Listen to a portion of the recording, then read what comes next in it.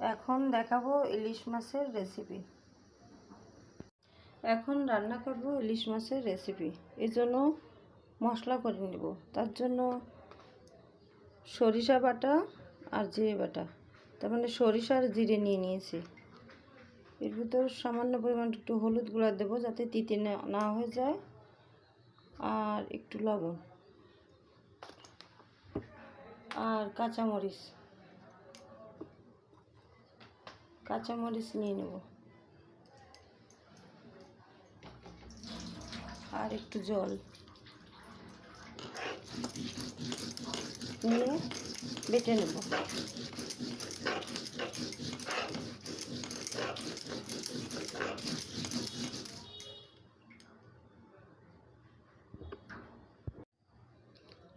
এরপর আগে থেকে কেটে রাখা ইলিশ মাছ সবগুলো নিয়ে নেব।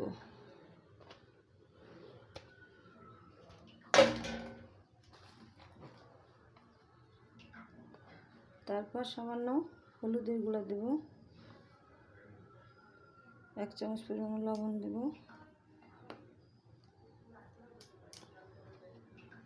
সামান্য পরিমাণ লাল মরিচের গুঁড়া দেব,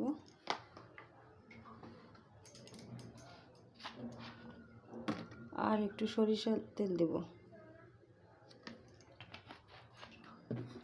দিয়ে ভালোভাবে মেখে নেব মশলা দিয়ে।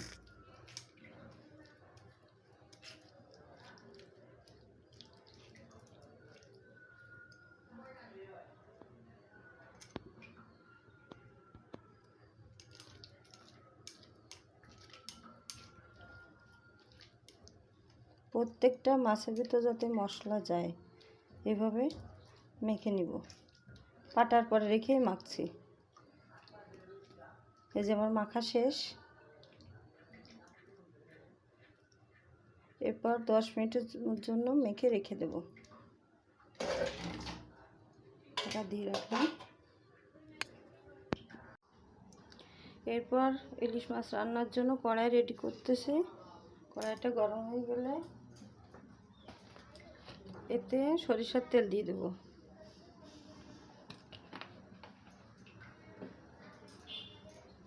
তেলটা গরম হওয়া পর্যন্ত অপেক্ষা করব। দেখেন তেলটা গরম হয়ে গেছে। এবার সামান্য কিছু আস্ত জিরা ফোড়ন দেব।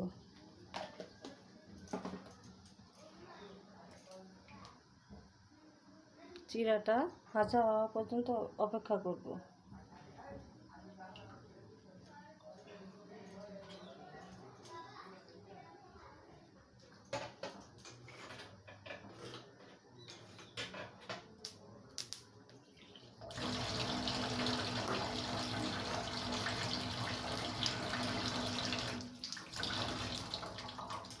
এরপর পাটার পরে যে মাছটা মেখে রেখেছিলাম মশলা দিয়ে, সরিষা বাটা দিয়ে সেটা ঢেলে দেব।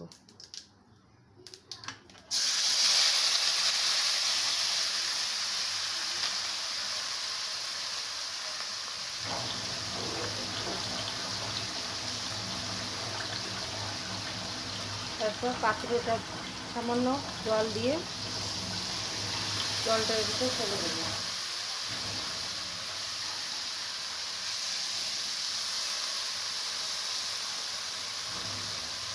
বেশি ঝোল রাখবো না, একদম গামাখা করবো।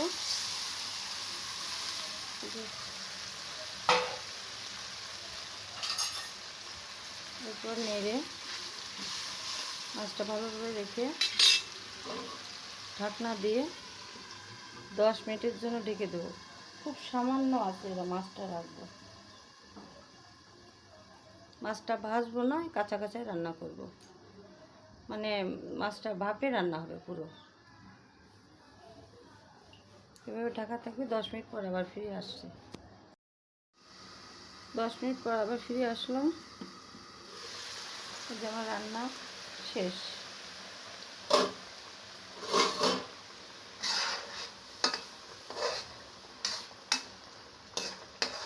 রান্নাটা কমপ্লিট হয়ে গেছে। দেখেন কি সুন্দর হয়েছে।